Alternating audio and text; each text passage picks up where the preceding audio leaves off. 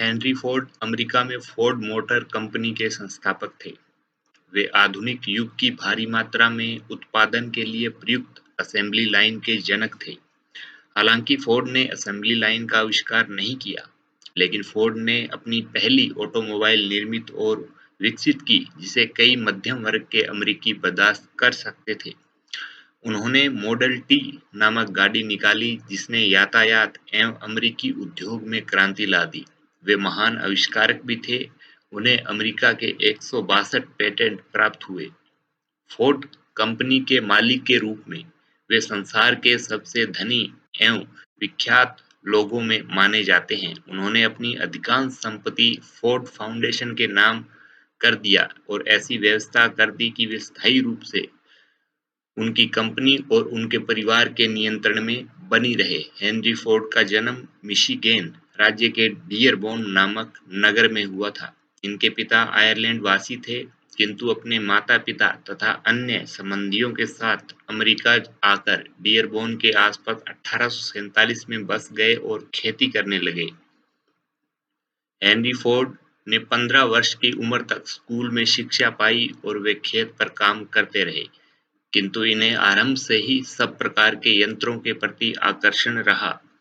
पिता के मना करने के बावजूद भी ये रात भर जागते और गुप्त रूप से पड़ोसियों या अपने दोस्तों की घड़ियां या यंत्र लाकर और उनको मुफ्त में सही किया करते थे। 16 वर्ष की उम्र में ये घर छोड़कर डिट्राइट चले गए। यहाँ कई कारखानों में काम करके इन्होंने यांत्रिक विद्या का ज्ञान प्राप्त किया। सन 1886 में ये घर वापस आए।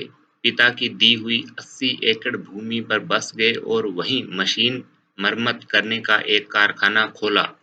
सन 1887 में इनका विवाह हुआ। इसी वर्ष इन्होंने इंजन और खेतों पर भारी काम करने वाली मशीन बनाने की एक योजना बनाई, किंतु यंत्रों की ओर विशेष आकर्षण के कारण ये घर पर टिक न सके और डिट्राइट चले आए। सन 1819 में इन्होंने डिट्राइट एडिसन इलेक्ट्रिक कंपनी में काम करना आरंभ किया और सन 1893 में पेट्रोल से चलने वाली पहली गाड़ी बनाई, जिसमें 4 अश्वशक्ति तक उत्पन्न होती थी और जिसकी गति 25 मील प्रति घंटा थी।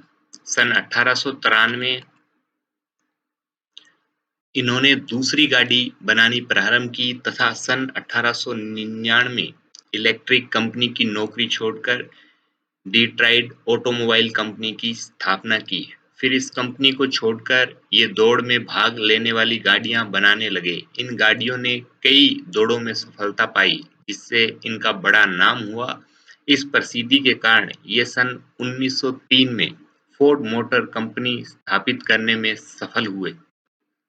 प्रथम वर्ष में फोर्ड मोटर कंपनी ने 2 सिलेंडर तथा 8 अश्व शक्तिशाली 1708 गाड़ियां बनाई। इनकी बिक्री से कंपनी को 100% लाभ हुआ। दूसरे वर्ष 5000 गाड़ियां बिकी। फोर्ड इस कंपनी के अध्यक्ष हो गए और अंत में अन्य हिस्सेदारों को हटाकर अपने एकमात्र पुत्र एडसल ब्रेंट फोर्ड के सहित संपूर्ण कंपनी के मालिक हो गए। इनका उद्देश्य हल्की, तीव्रगामी, सस्ती मोटर गाड़ियों का निर्माण करना था। इसमें सफलता प्राप्त करने के लिए इन्होंने मशीन के अंगों के मानकीकरण, प्रयागी संयोजन, व्यापक बिक्री तथा ऊंची मजदूरी देने के सिद्धांतों को अपनाया। इन्होंने खेती के लिए ट्रैक्टर भी बनाए। सन 1924 तक इनकी कंपनी ने 20 लाख गाड़ियां, ट्रक और ट्रैक्टर बनाए थे, किंतु सन 1931 तक इनके सब कारखानों में निर्मित गाड़ियों की संख्या 2 करोड़ तक पहुंच गई थी, जो कि एक चौंका देने वाली बात है। फोर्ड में आदर्शवादिता तथा कट्टरपन का विचित्र संमिश्रण था। ये पूंजी उत्पादन के पक्षपाती थे, किंतु इनका यह भी विचार था कि उद्योग को इस प्रकार विकेंद्रित करना चाहिए कि खेती के साथ-साथ कारखानों का भी काम चले। ये ऊंची मजदूरी देने के पक्ष में थे, किंतु मजदूर संघों के घोर विरोधी थे। यहाँ तक कि अपने कारखानों में संघों को पनपने न देने के विचार से ये भेदियों तथा सशस्त्र पुलिस से काम लेते थे। शांति के कट्टर पक्षपाती थे, किंतु नाज़ियों की भांति ये यहूदी विरोधी थे। बैंकों और महाजनों से इनकी नहीं पटती थी। प्रथम विश्व युद्ध के समय इन्होंने कुछ प्रभावशाली लोगों को एकत्रित कर ओस्कर द्वितीय नामक शांति पोत पर यूरोप की यात्रा इस विश्वास से की कि यह अभियान युद्ध बंद कराने के समर्थ में होगा। यह सब होते हुए भी देहाती जीवन के प्रति पक्षपात तथा अमेरिका की विविध रीतियों तथा समृद्धि चिन्हों के प्रति अटूट श्रद्धा रखने के कारण इन्होंने बड़ी लोकप्रियता प्राप्त की थी। इनकी गणना संसार के सर्वाधिक धनपतियों में से की जाती है। इन्होंने डियरबोन में एक औद्योगिक संग्रहालय तथा एडिसन इंस्टीट्यूट ऑफ टेक्नोलॉजी की स्थापना की। मृत्यु के पूर्व इन्होंने अपनी संपत्ति का अधिकांश अपने नाम पर स्थापित जनहितैषी संस्था को दे दिया। यह संस्था संसार की लोक परंपरागत संस्थाओं में सबसे धनी है।